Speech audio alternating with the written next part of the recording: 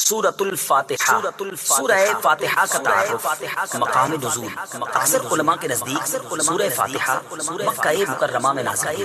امام مجاہد رحمۃ اللہ تعالی علیہ فرماتے ہیں سورہ فاتحہ مدینہ منورہ میں نازل ہوئی ہے، اور ایک قول یہ ہے کہ سورہ فاتحہ 2 مرتبہ نازل ہوئی، ایک مرتبہ مکہ مکرمہ میں اور دوسری مرتبہ مدینہ منورہ میں نازل ہوئی۔ آیات، کلمات اور حروف کی تعداد، اس صورت میں ایک رکوع، 7 آیتیں، 27 کلمے اور 140 حروف ہیں۔ سورہ فاتحہ کے اسماء اور ان کی وجہ تسمیہ، اس سورت کے متعدد نام ہیں، اور ناموں کا زیادہ ہونا اس کی فضیلت اور شرف کی دلیل ہے۔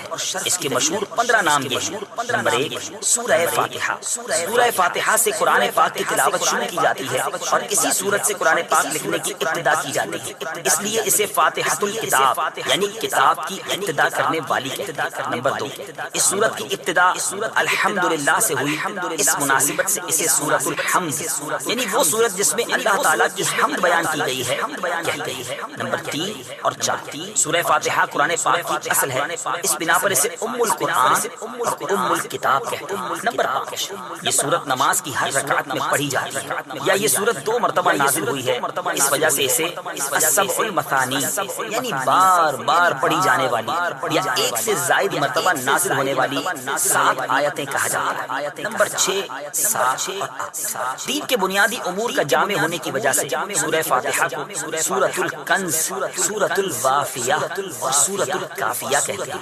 نمبر 9 اور 10، شفا کا باعث ہونے کی وجہ سے اسے سورۃ الشفا اور سورۃ الشافیہ کہتے ہیں۔ نمبر 11، 12، 13، 14 اور 15، دعا پر مشتمل ہونے کی وجہ سے اسے سورۃ الدعاء، سورۃ تعلیم المسئلہ، سورۃ السؤال، سورۃ المناجات اور سورۃ التفویض بھی کہا جاتا ہے۔ سورہ فاتحہ کے فضائل، حدیث میں سورت کے بہت سے فضائل بیان کیے گئے، ان میں سے 4 فضائل بیان کرتے ہیں۔ نمبر 1، بخاری شریف کی حدیث ہے، حضرت ابو سعید بن معلہ رضی اللہ تعالی عنہ فرماتے ہیں میں نماز پڑھ رہا تھا تو مجھے نبی کریم صلی اللہ تعالی علیہ وسلم نے بلایا، لیکن میں نے جواب نہ دیا۔ جب نماز سے فارغ ہو کر بارگاہ رسالت صلی اللہ تعالی علیہ وسلم میں حاضر ہوا، میں نے عرض کی یا رسول اللہ صلی اللہ تعالی علیہ وسلم، میں نماز پڑھ رہا تھا۔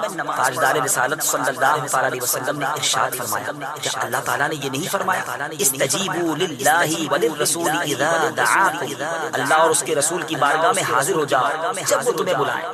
پھر ارشاد فرمایا، کیا میں تمہیں تمہارے مسجد سے نکلنے سے پہلے قرآن کریم کی سب سے عظیم سورت نہ سکھاؤں؟ پھر آپ علیہ الصلوۃ والسلام نے میرا ہاتھ پکڑا، جب ہم نے نکلنے کا ارادہ کیا میں نے عرض کی یا رسول اللہ صلی اللہ تعالی علیہ وسلم، آپ نے فرمایا تھا کہ میں ضرور تمہیں قرآن مجید کی سب سے عظمت والی سورت سکھاؤں گا۔ ارشاد فرمایا وہ سورت الحمدللہ رب العالمین ہے، یہی 7 مثانی اور قرآن عظیم ہے جو مجھے عطا فرمایا۔ نمبر 2، مسلم شریف کی حدیث ہے، حضرت عبداللہ ابن عباس رضی اللہ تعالی عنہما فرماتے ہیں ایک فرشتہ آسمان سے نازل ہوا اور اس نے سید المرسلین صلی اللہ تعالی علیہ وسلم کی بارگاہ میں سلام پیش کر کے عرض کی یا رسول اللہ صلی اللہ تعالی علیہ وسلم، آپ کو ان 2 نوروں کی بشارت آپ کے علاوہ اور کسی نبی کو عطا نہیں کی گئی، اور وہ 2 نور یہ ہیں۔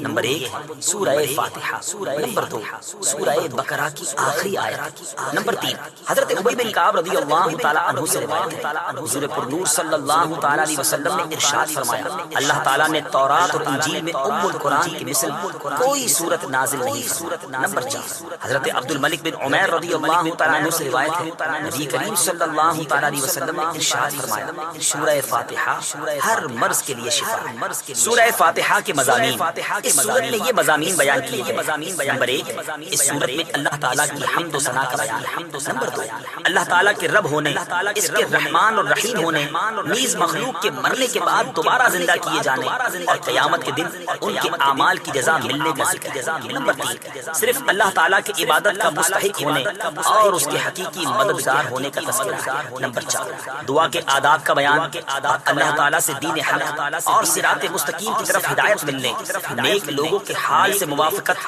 اور گمراہوں سے اجتناب کی دعا مانگنے کی تعلیم ہے۔ یہ چند وہ چیزیں بیان کی گئی ہیں جن کا سورہ فاتحہ میں تفصیلی ذکر ہے۔ البتہ اجمالی طور پر اس سورت میں بے شمار چیزوں کا بیان ہے۔ امیر المومنین حضرت علی المرتضی کرم اللہ تعالی وجہہ الکریم فرماتے ہیں اگر میں چاہوں تو سورہ فاتحہ کی تفسیر سے 70 اونٹ بھروا دوں۔ اعلیٰ حضرت امام احمد رضا خان علیہ رحمۃ الرحمان حضرت علی المرتضیٰ کرم اللہ تعالی وجہ الکریم کا یہ قول نقل کرنے کے بعد فرماتے ہیں ایک اونٹ قے یعنی کتنے ہی من کا بوجھ اٹھاتا ہے، اور ہر من میں قے یعنی کتنے ہزار اجزاء ہوتے ہیں، ان کا حساب لگایا جائے تو یہ حساب سے تقریباً 25 لاکھ جز بنتے ہیں۔ یہ فقط سورہ فاتحہ کی تفسیر ہے۔ سورہ فاتحہ سے متعلق شرعی مسائل۔ نمبر 1، نماز میں سورہ فاتحہ پڑھنا واجب ہے۔ امام اور تنہا نماز پڑھنے والا اپنی زبان سے سورہ فاتحہ پڑھے گا، جبکہ مقتدی امام کے پیچھے خاموش رہے گا، اور جہری نماز میں اس کی قراءت بھی سنے گا، اور اس کا یہی عمل پڑھنے کے حکم میں ہے۔ اللہ تعالیٰ نے قرآن پاک میں تلاوت کے وقت مقتدی کو خاموش رہنے اور قراءت سننے کا حکم دیتے ہوئے ارشاد فرمایا، وَإِذَا قُرِئَ الْقُرْآنُ فَاسْتَمِعُوا لَهُ وَأَنصِتُوا لَعَلَّكُمْ تُرْحَمُونَ۔ ترجمہ، اور جب قرآن پڑھا جائے تو اسے غور سے سنو اور خاموش رہو تاکہ تم پر رحم کیا جائے۔ حضرت ابو موسیٰ اشعری رضی اللہ تعالیٰ عنہ سے روایت ہے، حضور اقدس صلی اللہ تعالیٰ علیہ وسلم نے ارشاد فرمایا، جب امام قراءت کرے تو تم خاموش رہو۔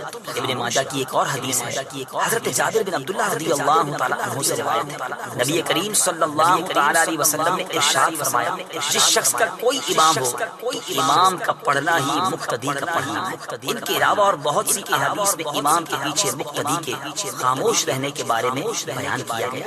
امام اعظم کا مناظرہ۔ امام فخر الدین رازی رحمۃ اللہ تعالی علیہ فرماتے ہیں، مدینہ منورہ کے چند علماء امام ابو حنیفہ رضی اللہ تعالیٰ عنہ کے پاس اس غرض سے آئے کہ وہ امام کے پیچھے مقتدی کی قراءت کرنے کے معاملے میں ان سے مناظرہ کریں۔ امام ابو حنیفہ رضی اللہ تعالیٰ عنہ نے ان سے فرمایا، سب سے مناظرہ کرنا میرے لیے ممکن نہیں، آپ ایسا کریں کہ مناظرے کا معاملہ اس کے سپرد کر دیں جو آپ سب سے زیادہ علم والا ہے، تاکہ میں اس کے ساتھ مناظرہ کروں۔ انہوں نے ایک عالم کی طرف اشارہ کیا، امام ابو حنیفہ رضی اللہ تعالیٰ عنہ نے فرمایا، کیا یہ تم سب سے زیادہ علم والا ہے؟ انہوں نے جواب دیا، ہاں۔ امام ابو حنیفہ رضی اللہ تعالیٰ عنہ نے فرمایا، کیا میرا اس کے ساتھ مناظرہ کرنا تم سب کے ساتھ مناظرہ کرنے کی طرح ہے؟ انہوں نے کہا ہاں۔ امام ابو حنیفہ رضی اللہ تعالیٰ عنہ نے فرمایا، اس کے خلاف جو دلیل قائم ہوگی وہ گویا کہ تمہارے خلاف قائم ہوگی۔ انہوں نے جواب دیا ہاں۔ امام ابو حنیفہ رضی اللہ تعالیٰ عنہ نے فرمایا، اگر میں اس کے ساتھ مناظرہ کروں اور دلیل میں اس پر غالب آ جاؤں تو وہ دلیل تم پر بھی لازم ہوگی۔ انہوں نے کہا ہاں۔ امام ابو حنیفہ رضی اللہ تعالیٰ عنہ نے دریافت کیا، وہ دلیل تم پر کیسے لازم ہوگی؟ انہوں نے جواب دیا، اس لیے کہ ہم اسے اپنا امام بنانے پر راضی ہیں، اس کی بات ہماری بات ہوگی۔ امام ابو حنیفہ رضی اللہ تعالیٰ عنہ نے فرمایا، ہم بھی تو یہی کہتے ہیں کہ جب ہم نے ایک شخص کو نماز میں اپنا امام مان لیا، اس کا قراءت کرنا ہمارا قراءت کرنا ہے اور وہ ہماری طرف سے نائب ہے۔ امام ابو حنیفہ رضی اللہ تعالیٰ عنہ کی یہ بات سن کر سب نے اقرار کر لیا کہ امام کے پیچھے مقتدی قراءت نہیں کرے۔ نمبر 2، نماز جنازہ میں خاص دعا یاد نہ ہو تو دعا کی نیت سے سورہ فاتحہ پڑھنا جائز ہے، جبکہ قراءت کی نیت سے پڑھنا جائز نہیں۔ بسم اللہ الرحمن الرحیم۔ ترجمہ، اللہ کے نام سے شروع جو نہایت مہربان رحمت والا ہے۔ بسم اللہ، اللہ کے نام سے شروع۔ تفسیر صراط الجنان میں اس کی تفسیر کچھ اس طرح ہے۔ علامہ احمد صابی رحمۃ اللہ تعالی علیہ فرماتے ہیں، قرآن مجید کی ابتدا بسم اللہ سے اس لیے کی گئی تاکہ اللہ تعالیٰ کے بندے اس کی پیروی کرتے ہوئے ہر اچھے کام کی ابتدا بسم اللہ سے کریں، اور حدیث پاک میں بھی اچھے اور اہم کام کی ابتدا بسم اللہ سے کرنے کی ترغیب دی گئی ہے۔ چنانچہ حضرت ابو ہریرہ رضی اللہ تعالیٰ عنہ سے روایت ہے، حضور پر نور صلی اللہ تعالیٰ علیہ وسلم نے ارشاد فرمایا، جس اہم کام کی ابتدا بسم اللہ الرحمن الرحیم سے نہ کی گئی تو وہ ادھورا رہ جاتا ہے۔ لہذا تمام مسلمانوں کو چاہیے کہ وہ ہر نیک اور جائز کام کی ابتدا بسم اللہ الرحمن الرحیم سے کریں، اس کی بہت برکت ہے۔ الرحمن الرحیم، جو بہت مہربان رحمت والا۔ امام فخر الدین رازی رحمۃ اللہ تعالی علیہ فرماتے ہیں، اللہ تعالیٰ نے اپنی ذات کو رحمان اور رحیم فرمایا تو یہ اس کی شان سے بعید ہے کہ وہ رحم نہ فرمائے۔ مروی ہے کہ ایک سائل نے بلند دروازے کے پاس کھڑے ہو کر کچھ مانگا تو اسے تھوڑا سا دے دیا گیا۔ دوسرے دن وہ ایک کلاڑا لے کر آیا اور دروازے کو توڑنا شروع کر دیا۔ اس سے کہا گیا کہ تو ایسا کیوں کر رہا ہے؟ اس نے جواب دیا تو دروازے کو اپنی عطا کے لائق کر یا اپنی عطا کو دروازے کے لائق بنا۔ اے ہمارے اللہ عز و جل، رحمت کے سمندروں کو تیری رحمت سے وہ نسبت ہے جو ایک چھوٹے سے ذرے کو تیرے عرش سے نسبت ہے، اور تو نے اپنی کتاب کی ابتدا میں اپنے بندوں پر اپنی رحمت کی صفت بیان کی، اس لیے ہمیں بھی اپنی رحمت اور فضل سے محروم نہ کر۔ بسم اللہ سے متعلق چند شرعی مسائل۔ علماء کرام نے بسم اللہ سے متعلق بہت سے شرعی مسائل بیان کیے، ان میں سے چند بیان ہیں۔ نمبر 1، جو بسم اللہ ہر سورت کے شروع میں لکھی ہوئی ہے یہ پوری آیت ہے، اور جو سورہ نمل کی آیت نمبر 30 میں ہے وہ اس آیت کا ایک حصہ ہے۔ نمبر 2، بسم اللہ ہر سورت کے شروع کی آیت نہیں ہے بلکہ پورے قرآن کی ایک آیت ہے جسے ہر سورت کے شروع میں لکھ دیا گیا تاکہ دو سورتوں کے درمیان فاصلہ ہو جائے۔ اسی لیے سورت کے اوپر امتیازی شان میں بسم اللہ لکھی جاتی ہے، آیات کی طرح ملا کر نہیں لکھتی، اور امام جہری نمازوں میں بسم اللہ آواز سے نہیں پڑھتا۔ نیز حضرت جبریل علیہ السلام جو پہلی وحی لائے اس میں بسم اللہ نہ تھی۔ نمبر 3، تراویح پڑھانے والے کو چاہیے کہ وہ کسی ایک سورت کے شروع میں بسم اللہ آواز سے پڑھے تاکہ ایک آیت رہ نہ جائے۔ نمبر 4، تلاوت شروع کرنے سے پہلے اعوذ باللہ من الشیطان الرجیم پڑھنا سنت ہے، لیکن اگر شاگرد استاد سے قرآن مجید پڑھ رہا ہو تو اس کے لیے سنت نہیں۔ نمبر 5، سورت کی ابتدا میں بسم اللہ پڑھنا سنت ہے ورنہ مستحب ہے۔ نمبر 6، اگر سورہ توبہ سے تلاوت شروع کی جائے تو اعوذ باللہ اور بسم اللہ دونوں کو پڑھا جائے، اور اگر تلاوت کے دوران سورہ توبہ آ جائے تو بسم اللہ پڑھنے کی حاجت نہیں۔ الحمد للہ رب العالمین۔ ترجمہ، سب تعریفیں اللہ کے لیے ہیں جو تمام جہان والوں کا پالنے والا ہے۔ الحمدللہ، سب تعریفیں اللہ کے لیے ہیں۔ تفسیر صراط الجنان میں اس کی تفسیر کچھ اس طرح ہے، یعنی ہر طرح کی حمد اور تعریف کا مستحق اللہ تعالیٰ ہے، کیونکہ اللہ تعالیٰ کمال کی تمام صفات کا جامع ہے۔ حمد اور شکر کی تعریف، حمد کا معنی ہے کسی کی اختیاری خوبیوں کی بنا پر اس کی تعریف کرنا، اور شکر کی تعریف یہ ہے کہ کسی کے احسان کے مقابلے میں زبان، دل یا اعضاء سے اس کی تعظیم کرنا۔ اور ہم چونکہ اللہ عز و جل کی حمد عام طور پر اس کے احسانات کے پیش نظر کرتے ہیں، اس لیے ہماری یہ حمد شکر بھی ہوتی ہے۔ اللہ تعالیٰ کی حمد و ثنا کرنے کے فضائل، احادیث میں اللہ تعالیٰ کی حمد و ثنا کرنے کے بہت فضائل بیان کیے گئے ہیں، ان میں سے 3 فضائل پیش کرتا ہے۔ نمبر 1، مسلم شریف کی حدیث ہے، حضرت انس بن مالک رضی اللہ تعالی عنہ سے روایت، نبی اکرم صلی اللہ تعالی علیہ وسلم نے ارشاد فرمایا، اللہ تعالیٰ بندے کی اس بات سے خوش ہوتا ہے کہ وہ کچھ کھائے کہ وہ اللہ تعالیٰ کی حمد کرے، اور کچھ پیے تو اللہ تعالیٰ کی حمد کرے۔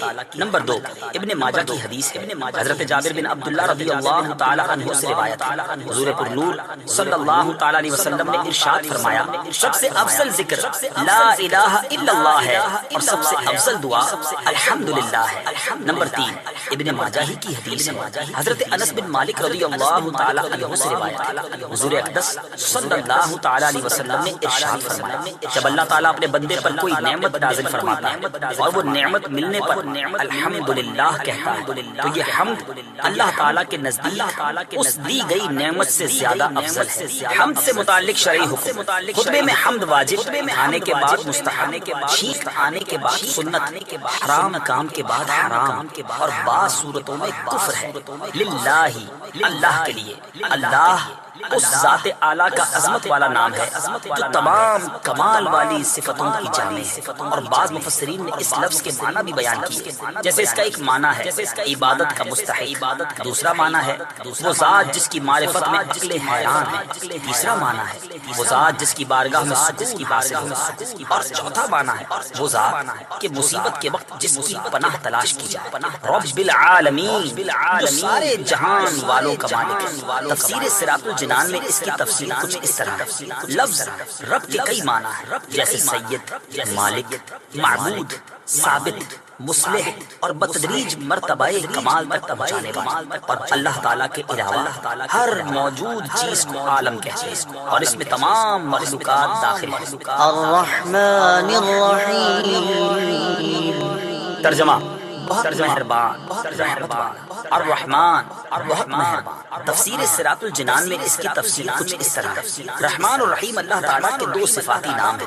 رحمان کا معنی ہے نعمتیں عطا کرنے والی وہ ذات جو بہت زیادہ رحمت فرمائے، اور رحیم کا معنی ہے بہت رحمت فرمانے والا۔ یاد رہے کہ حقیقی طور پر نعمت عطا فرمانے والی ذات اللہ تعالیٰ کی ہے، کہ وہی تنہا ذات ہے جو اپنی رحمت کا بدلہ طلب نہیں فرماتا۔ ہر چھوٹی بڑی ظاہری باطنی جسمانی روحانی دنیاوی اور اخروی نعمت اللہ تعالیٰ ہی عطا فرماتا ہے، اور دنیا میں جس شخص تک جو نعمت پہنچتی ہے اللہ تعالیٰ کی رحمت ہی سے، کیونکہ کسی کے دل میں رحم کا جذبہ پیدا کرنا، رحم کرنے پر قدرت دینا، نعمت کو وجود میں لانا، دوسرے کا اس نعمت سے فائدہ اٹھانا اور فائدہ اٹھانے کے لیے اعضاء کی سلامتی عطا کرنا، یہ سب اللہ تعالیٰ کی طرف سے ہی ہے۔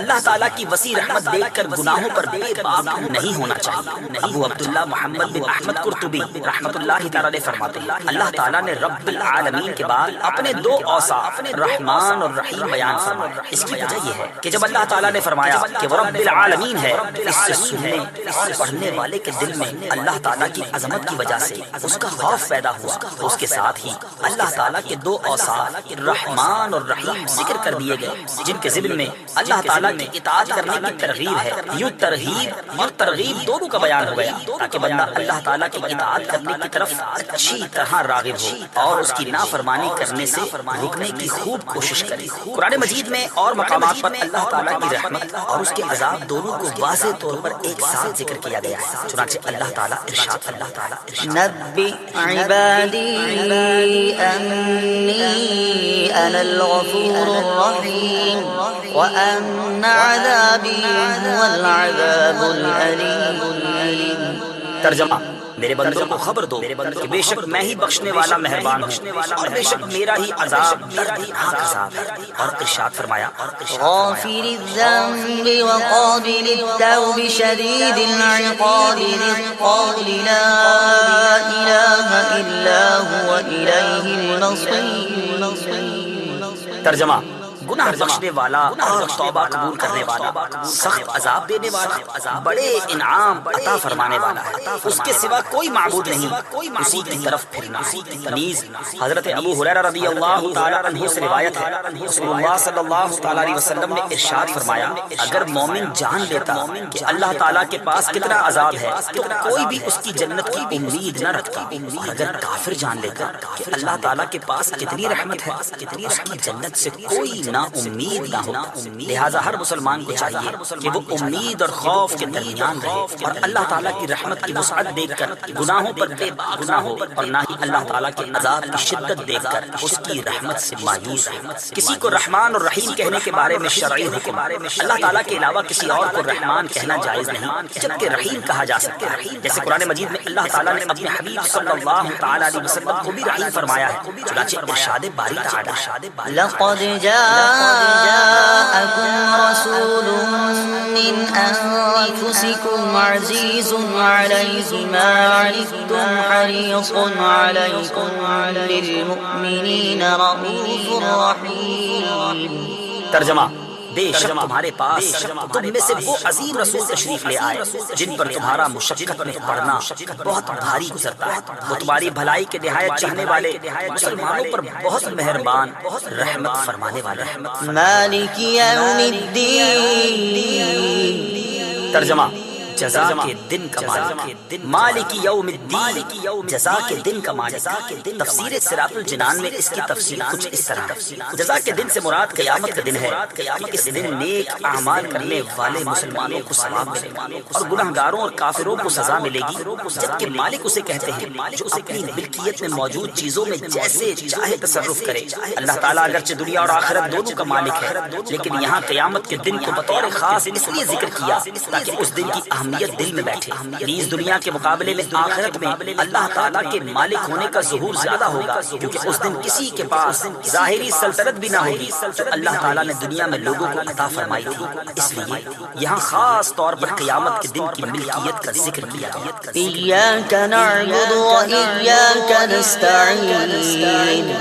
ترجمہ، ہم ترجمہ ہی عبادت کرتے ہیں اور تجھ ہی سے مدد چاہتے ہیں ایاک نعبد و ایاک نستعین ہم تیری ہی عبادت کرتے ہیں اور تجھ ہی سے مدد چاہتے ہیں تفسیر صراط الجنان میں اس کی تفسیر کچھ اس طرح ہے اس سے پہلی آیات میں بیان ہوا کہ ہر طرح کی حمد و ثنا کا حقیقی مستحق اللہ تعالی جو کہ سب جہانوں کا پالنے والا بہت مہربان اور رحم فرمانے والا اور اس آیت سے بندوں کو سکھایا جا رہا ہے کہ اللہ تعالیٰ کی بارگاہ میں اپنی بندگی کا اظہار یوں کرو کہ اے اللہ عز و جل ہم صرف تیری ہی عبادت کرتے ہیں کیونکہ عبادت کا مستحق صرف تو ہی ہے اور تیرے علاوہ اور کوئی اس لائق ہی نہیں کہ اس کی عبادت کی جا سکے اور حقیقی مدد کرنے والا بھی تو ہی ہے تیری اجازت و مرضی کے بغیر کوئی کسی قسم کی ظاہری باطنی جسمانی روحانی چھوٹی بڑی کوئی مدد نہیں کر سکتا عبادت اور تعظیم میں فرق عبادت کا مفہوم بہت واضح ہے سمجھنے کے لیے اتنا ہی کافی ہے کہ کسی کو عبادت کے لائق سمجھتے ہوئے اس کی کسی قسم کی تعظیم کرنا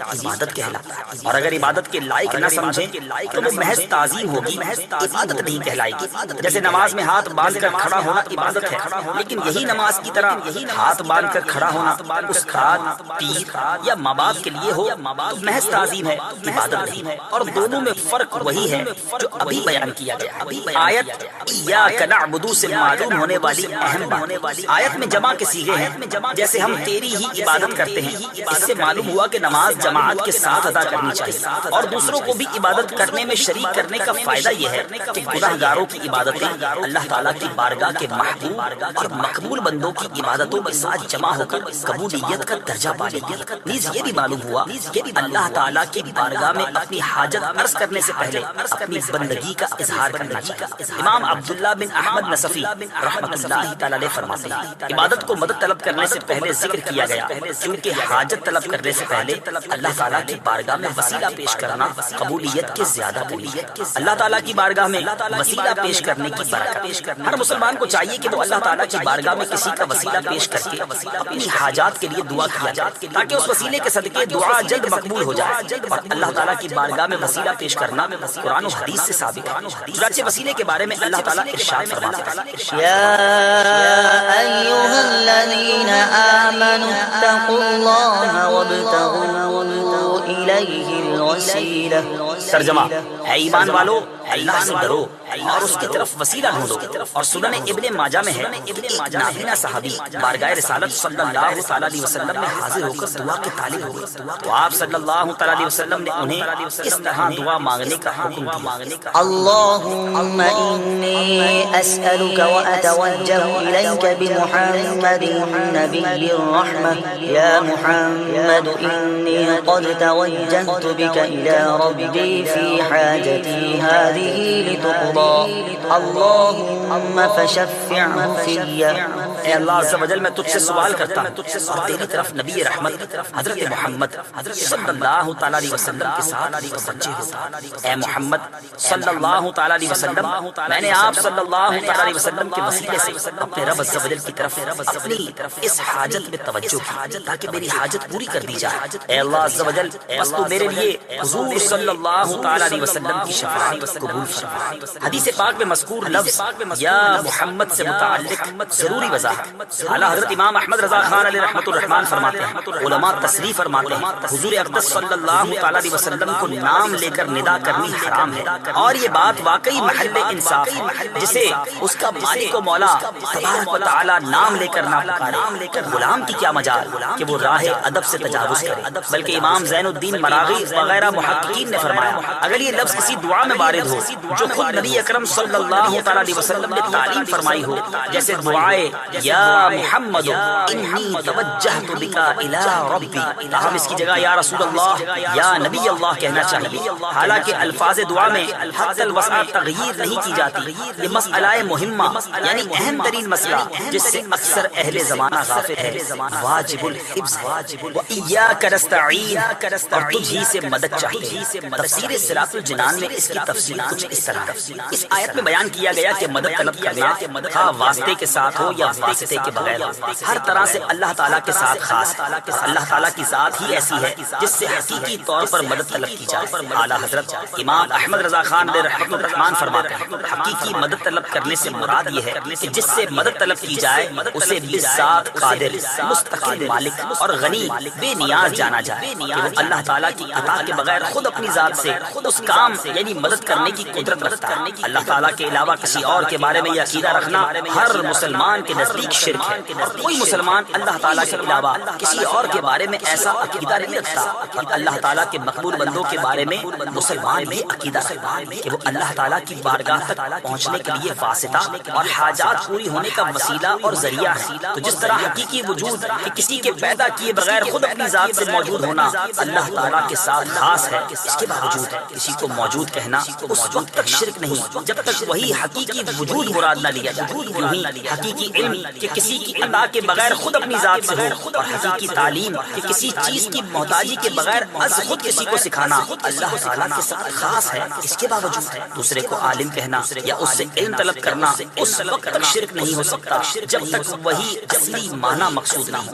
اسی طرح کسی سے مدد طلب کرنے کا معاملہ ہے کہ اس کا حقیقی معنی اللہ تعالیٰ کے ساتھ خاص ہے، اور وسیلہ و واسطہ کے معنی میں اللہ تعالیٰ کے علاوہ کے لیے ثابت ہے اور حق ہے، بلکہ یہ معنی تو غیر خدا ہی کے لیے خاص ہے، کیونکہ اللہ تعالیٰ وسیلہ اور واسطہ بننے سے پاک ہے۔ اس سے اوپر کون ہے کہ یہ اس کی طرف وسیلہ ہوگا، اور اس کے سوا حقیقی حاجت روا کون ہے کہ یہ بیچ میں واسطہ بنے گا۔ بد مذہبوں کی طرف سے ہونے والا ایک اعتراض ذکر کر کے اس کے جواب میں فرماتے ہیں کہ یہ نہیں ہو سکتا کہ خدا سے توسل کر کے اسے کسی کے یہاں وسیلہ اور ذریعہ بنایا جائے۔ اس وسیلہ بننے کو ہم اولیاء کرام سے مانگتے ہیں کہ وہ دربار الہی میں ہمارا وسیلہ، ذریعہ اور قضائے حاجات کا واسطہ ہو جائے۔ اس بے وقوفی کے سوال کا جواب اللہ تعالیٰ نے اس آیت کریمہ میں دیا ہے۔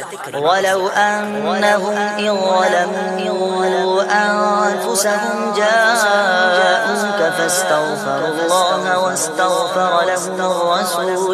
واستغفر لهم الرسول لوجدوا الله توابا رحيما۔ ترجمہ، اور جب وہ اپنی جانوں پر ظلم یعنی گناہ کر کے تیرے پاس حاضر ہوں اور اللہ سے معافی چاہیں اور معافی مانگیں ان کے لیے رسول بے شک اللہ کو توبہ قبول کرنے والا مہربان پائیں۔ کیا اللہ تعالیٰ اپنے آپ نہیں بخش سکتا تھا؟ پھر کیوں یہ فرمایا کہ اے نبی تیرے پاس حاضر ہوں اور تو اللہ سے ان کی بخشش چاہے تو یہ دولت و نعمت پائیں؟ یہی ہمارا مطلب ہے جو قرآن کی آیت صاف فرما رہی ہے۔ زیر تفسیر آیت کریمہ کے بارے میں مزید تفصیل جاننے کے لیے فتاوی رضویہ کی 21ویں جلد میں موجود اعلیٰ حضرت امام احمد رضا خان علیہ رحمۃ الرحمان کا رسالہ برکات الامداد لأہل الاستمداد یعنی مدد طلب کرنے والوں کے لیے امداد کی برکتیں، اس کا مطالعہ فرمائیں۔ اللہ تعالیٰ کی عطا سے بندوں کا مدد کرنا اللہ تعالیٰ ہی کا مدد کرنا ہوتا ہے۔ یاد رہے کہ اللہ تعالیٰ اپنے بندوں کو دوسروں کی مدد کرنے کا اختیار دیتا ہے، اور اس اختیار کی بنا پر ان بندوں کا مدد کرنا اللہ تعالیٰ ہی کا مدد کرنا ہوتا ہے۔ جیسے غزوہ بدر میں فرشتوں نے آ کر صحابہ کرام رضی اللہ تعالیٰ عنہ کی مدد کی، لیکن اللہ تعالیٰ نے ارشاد فرمایا وَلَقَدْ نَصَرَكُمُ اللَّهُ بِبَدْرٍ وَأَنْتُمْ أَذِلَّةٌ۔ ترجمہ، اور بے شک اللہ نے بدر میں تمہاری مدد کی جب تم بالکل بے سر و سامان تھے۔ یہاں فرشتوں کی مدد کو اللہ تعالیٰ کی مدد کہا گیا، اس کی وجہ یہی ہے کہ فرشتوں کو مدد کرنے کا اختیار اللہ تعالیٰ کے دینے سے ہے، تو حقیقتاً یہ اللہ تعالیٰ ہی کی مدد ہوئی۔ یہی معاملہ انبیاء کرام علیہ الصلوۃ والسلام اور اولیاء اعظام رحمۃ اللہ تعالیٰ علیہ کا ہے کہ وہ اللہ عز و جل کی عطا سے مدد کرتے ہیں، اور حقیقتاً وہ مدد اللہ تعالیٰ کی ہوتی ہے۔ جیسے حضرت سلیمان علیہ نبینا علیہ الصلوۃ والسلام نے اپنے وزیر حضرت آصف بن برخیہ رضی اللہ تعالیٰ عنہ سے تخت لانے کا فرمایا، اور انہوں نے پلک جھپکنے میں تخت حاضر کر دیا۔ اس پر انہوں نے فرمایا ھذا من فضل ربی، یہ میرے رب کے فضل سے ہے۔ اور تاجدار رسالت صلی اللہ تعالیٰ علیہ وسلم کی سیرت مبارکہ میں مدد کرنے کی اتنی مثالیں موجود ہیں کہ اگر سب جمع کی جائیں تو ایک ضخیم کتاب مرتب ہو سکتی ہے۔ ان میں سے چند مثالیں یہ ہیں۔ نمبر 1 صحیح بخاری میں ہے، نبی کریم علیہ الصلوۃ والسلام نے تھوڑے سے کھانے سے پورے لشکر کو سیر کیا، نمبر 2 بخاری شریف ہی میں ہے، آپ صلی اللہ تعالی علیہ وسلم نے دودھ کے ایک پیالے سے 70 صحابہ کو سیراب کر دیا۔ نمبر 3 یہ بھی بخاری شریف میں ہے، انگلیوں سے پانی کے چشمے جاری کر کے 1400 یا اس سے بھی زائد افراد کو سیراب کر دیا۔ نمبر 4 لعاب دہن سے بہت سے لوگوں کو شفا عطا فرمائی، اور یہ تمام مددیں چونکہ اللہ تعالیٰ کی عطا کردہ طاقت سے تھی، لہٰذا سب اللہ تعالیٰ کی ہی مددیں ہیں۔ اس بارے میں مزید تفصیل کے لیے فتاوی رضویہ کی 30ویں جلد میں موجود اعلیٰ حضرت امام اہل سنت مولانا شاہ امام احمد رضا خان علیہ رحمۃ الرحمان کے رسالے الامن والعلا لناعت المصطفیٰ بدافع البلا، یعنی نعت مصطفیٰ صلی اللہ تعالی علیہ وسلم بیان کرنے والوں کے لیے انعامات کا اطلاع فرمائے۔ اهدنا الصراط المستقيم۔ ترجمہ ہمیں سیدھے راستے پر چلا، اہدنا الصراط المستقیم، ہمیں سیدھے راستے پر چلا۔ تفسیر صراط الجنان میں اس کی تفسیر کچھ اس طرح ہے، اللہ تعالیٰ کی ذات و صفات کی معرفت کے بعد اس کی عبادت اور حقیقی مددگار ہونے کا ذکر کیا گیا، اور اب یہاں سے ایک دعا سکھائی جا رہی ہے کہ بندہ یوں عرض کرے، اے اللہ عز و جل، تو نے اپنی توفیق سے ہمیں سیدھا راستہ دکھا دیا، اب ہماری اس راستے کی طرف ہدایت میں اضافہ فرمایا اور ہمیں اس پر ثابت قدم رکھ۔ صراط مستقیم کا معنی، صراط مستقیم سے مراد عقائد کا سیدھا راستہ جس پر تمام انبیاء کرام علیہ السلام چلے، اس سے مراد اسلام کا سیدھا راستہ جس پر صحابہ کرام رضی اللہ تعالی عنہم، بزرگان دین اور اولیاء اعظام رحمۃ اللہ تعالی علیہم چلے، جیسا کہ اگلی آیت میں موجود بھی ہے۔ اور یہ راستہ اہل سنت کا ہے کہ آج تک اولیاء کرام صرف اسی مسلک اہل سنت میں گزرے ہیں، اور اللہ تعالیٰ نے انہی کے راستے پر چلنے اور انہی کے ساتھ ہونے کا فرمایا ہے۔ فرمان باری تعالیٰ ہے، یا ایھا الذین آمنوا اتقوا اللہ وکونوا مع الصادقین۔ ترجمہ اے ایمان والو، اللہ سے ڈرو اور سچوں کے ساتھ ہو جاؤ۔ ابن ماجہ کی حدیث ہے، حضرت انس رضی اللہ تعالیٰ عنہ سے روایت ہے، سید المرسلین صلی اللہ تعالیٰ علیہ وسلم نے ارشاد فرمایا، بے شک میری امت کبھی گمراہی پر جمع نہیں ہوگی، اور جب تم لوگوں میں اختلاف دیکھو تو تم پر لازم ہے کہ سواد اعظم یعنی مسلمانوں کے بڑے گروہ کے ساتھ ہو جائے۔ ترمذی شریف کی حدیث ہے، حضرت عبداللہ بن عمر رضی اللہ تعالیٰ عنہما سے روایت ہے، نبی اکرم صلی اللہ تعالیٰ علیہ وسلم نے ارشاد فرمایا، بنی اسرائیل 72 فرقوں میں تقسیم ہو گئے تھے، اور میری امت 73 فرقوں میں تقسیم ہو جائے گی، ان میں سے ایک کے علاوہ سب جہنم میں جائیں گے۔ صحابہ کرام نے عرض کی، یا رسول اللہ صلی اللہ تعالی علیہ وسلم، نجات پانے والا فرقہ کون سا ہے؟ ارشاد فرمایا، وہ اس طریقے پر ہوگا جس پر میں اور میرے صحابہ ہیں۔ ہدایت حاصل کرنے کے ذرائع، یاد رہے کہ اللہ تعالیٰ نے ہدایت حاصل کرنے کے بہت سے ذرائع عطا فرمائے، ان میں سے چند یہ ہیں۔ نمبر 1 انسان کی ظاہری باطنی صلاحیتیں جنہیں استعمال کر کے وہ ہدایت حاصل کر سکتا ہے۔ نمبر 2 آسمانوں زمینوں میں اللہ تعالیٰ کی قدرت و وحدانیت پر دلالت کرنے والی نشانیاں جن میں غور و فکر کر کے انسان ہدایت انسان۔ نمبر 3 اللہ تعالیٰ کی نازل کردہ کتابیں، ان میں سے تورات، انجیل اور زبور قرآن پاک نازل ہونے سے پہلے لوگوں کے لیے ہدایت کا باعث تھی، اور اب قرآن مجید لوگوں کے لیے ہدایت حاصل کرنے کا ذریعہ ہے۔ نمبر 4 اللہ تعالیٰ کے بھیجے ہوئے خاص بندے انبیاء کرام اور مرسلین اعظام علیہم الصلاۃ والسلام یہ اپنی قوموں کے لیے ہدایت حاصل کرنے کا ذریعہ ہے، اور ہمارے نبی حضرت محمد مصطفیٰ صلی اللہ تعالی علیہ وسلم قیامت تک آنے والے تمام لوگوں کے لیے ہدایت کا ذریعہ ہے۔ آیت اہدنا الصراط المستقیم سے معلوم ہونے والے احکام، اس آیت سے 3 باتیں معلوم ہوئی۔ نمبر 1 ہر مسلمان کو اللہ تعالیٰ سے سیدھے راستے پر ثابت قدمی کی دعا مانگنی چاہیے، کیونکہ سیدھا راستہ منزل مقصود تک پہنچا دے گا، اور ٹیڑھا راستہ مقصود تک نہیں پہنچاتا۔ اللہ تعالیٰ ارشاد فرماتا ہے کہ عقل والے اس طرح دعا مانگتے ہیں، ربنا لا تزغ قلوبنا بعد إذ هديتنا وهب لنا من لدنك رحمة إنك أنت الوهاب۔ ترجمہ اے ہمارے رب، تو نے ہمیں ہدایت عطا فرمائی ہے، اس کے بعد ہمارے دلوں کو ٹیڑھا نہ کر، اور ہمیں اپنے پاس سے رحمت عطا فرما، بے شک تو بڑا عطا فرمانے والا۔ ترمذی شریف کی حدیث ہے، حضرت انس رضی اللہ تعالی عنہ فرماتے ہیں، حضور نور صلی اللہ تعالی علیہ وسلم کثرت سے یہ دعا فرمایا کرتے تھے، یا مقلب القلوب ثبت قلبی علی دینک، اے دلوں کو پھیرنے والے میرے دل کو اپنے دین پر ثابت قدم رکھ۔ تو میں نے عرض کی، یا رسول اللہ صلی اللہ تعالی علیہ وسلم، ہم آپ پر اور جو کچھ آپ لائے ہیں اس پر ایمان رکھتے ہیں، کہ کیا آپ کو ہمارے بارے میں کوئی خوف ہے؟ رسول پاک صلی اللہ تعالی علیہ وسلم نے ارشاد فرمایا، ہاں بے شک دل اللہ تعالیٰ کی شان کے لائق اس کی انگلیوں میں سے 2 انگلیوں کے درمیان ہے، وہ جیسے چاہتا ہے انہیں پھیر دیتا ہے۔ نمبر 2، عبادت کرنے کے بعد بندے کو دعا میں مشغول ہونا چاہیے۔ نمبر 3، صرف وقت کے لیے دعا نہیں مانگنی چاہیے بلکہ سب مسلمانوں کے لیے دعا مانگنی چاہیے، اس طرح دعا زیادہ قبول ہوتی ہے۔ صراط الذين أنعمت عليهم غير المغضوب عليهم ولا الضالين۔ ترجمہ، ان لوگوں کا راستہ جن پر تو نے احسان کیا، نہ کہ ان کا راستہ جن پر غضب ہوا اور نہ بہکے ہوئے۔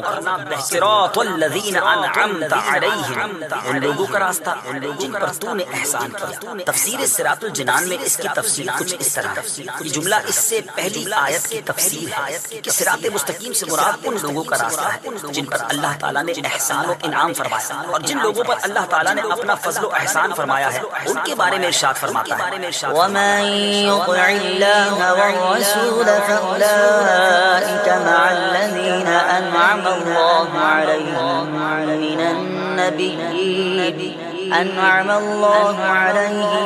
من النبيين والصديقين والشهداء والصالحين وحسن أولئك رفيقا۔ ترجمہ، اور جو اللہ اور رسول کی اطاعت کرے تو وہ ان لوگوں کے ساتھ ہوں گے جن پر اللہ نے فضل کیا، یعنی انبیاء اور صدیقین اور شہداء اور صالحین، اور یہ کتنے اچھے ساتھی ہیں، کتنے اچھے آیت صراط الذین انعمت علیہم سے معلوم ہونے والے مسائل۔ اس آیت سے 2 باتیں معلوم ہیں۔ نمبر 1، جن امور پر بزرگان دین کا عمل رہا وہ صراط مستقیم میں داخل ہے۔ نمبر 2، امام فخر الدین رازی رحمۃ اللہ تعالی فرماتے ہیں، بعض مفسرین نے فرمایا کہ اہدنا الصراط المستقیم کے بعد صراط الذین انعمت علیہم کو ذکر کرنا اس بات کی دلیل ہے کہ مرید ہدایت اور مکاشفہ کے مقامات تک اس کی صورت پہنچ سکتا ہے جب وہ کسی ایسے پیر کامل کی پیروی کرے جو درست راستے کی طرف اس کی رہنمائی کرے، غلطیوں اور گمراہیوں کی جگہوں سے اسے بچائے، کیونکہ اکثر لوگوں پر نقص غالب ہے اور ان کی عقل حق کو سمجھنے، صحیح اور غلط میں امتیاز کرنے سے قاصر ہیں۔ ایک ایسے کامل شخص کا ہونا ضروری ہے جس کی ناقص شخص پیروی کرے، یہاں تک کہ اس کامل شخص کی عقل کے نور سے اس ناقص شخص کی عقل بھی مضبوط ہو جائے۔ اس صورت میں وہ سعادتوں کے درجات اور کمالات کی بلندیوں تک پہنچ سکتا ہے۔ غیر المغضوب علیہم ولا الضالین، نہ کہ ان کا راستہ جن پر غضب ہوا اور نہ بہکے ہوں کا۔ اس کی تفسیر صراط الجنان میں ہے، جن پر اللہ تعالیٰ کا غضب ہوا ان سے مراد یہودی اور بہکے ہوں سے مراد عیسائی ہے، جیسا کہ سنن ترمذی جلد 4 صفحہ 444 حدیث نمبر 2964 میں ہے، اور امام فخر الدین رازی رحمۃ اللہ تعالی علیہ نے یہ بھی لکھا کہ جن پر غضب ہوا ان سے مراد بد عمل ہیں اور بہکے ہوں سے مراد بد عقیدہ لوگ۔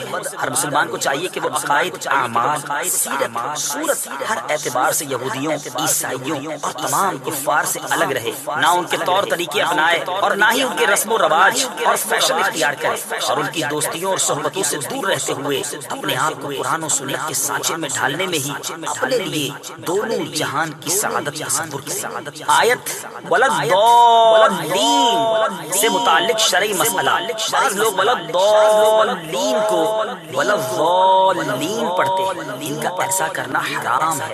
اعلیٰ حضرت امام احمد رضا خان علیہ الرحمۃ الرحمان فرماتے ہیں، ضاد، ظا، ذال، زا سب حروف متباینہ متغائرہ، یعنی ایک دوسرے سے جدا جدا حروف، ان میں سے کسی کو دوسرے سے تلاوت قرآن میں قصدن بدلنا، اس کی جگہ اسے پڑھنا، نماز میں ہو خواہ بیرون نماز، حرام قطعی و گناہ عظیم، افتراء علی اللہ و تحریف کتاب کریم ہے۔ اس مسئلے کے بارے میں دلائل کے ساتھ تفصیلی معلومات حاصل کرنے کے لیے فتاوی رضویہ کی 6 جلد میں موجود ان رسائل کا مطالعہ کریں۔ نمبر 1، نعم الزاد لروم الضاد، یعنی ضاد کی ادائیگی کا بہترین طریقہ۔ نمبر 2، الجام الصاد عن سنن دود کی ادائیگی کی غلط اور صحیح طریقوں کا بیان۔ آمین اس کا ایک معنی ہے اے اللہ عز و جل تو قبول فرما، دوسرا معنی ہے اے اللہ عز و جل تو ایسا ہی فرما۔ آمین سے متعلق شرعی مسائل: نمبر 1، یہ قرآن مجید کا کلمہ نہیں ہے۔ نمبر 2، نماز کے اندر اور نماز سے باہر جب بھی سورہ فاتحہ ختم کی جائے اس کے بعد آمین کہنا سنت ہے۔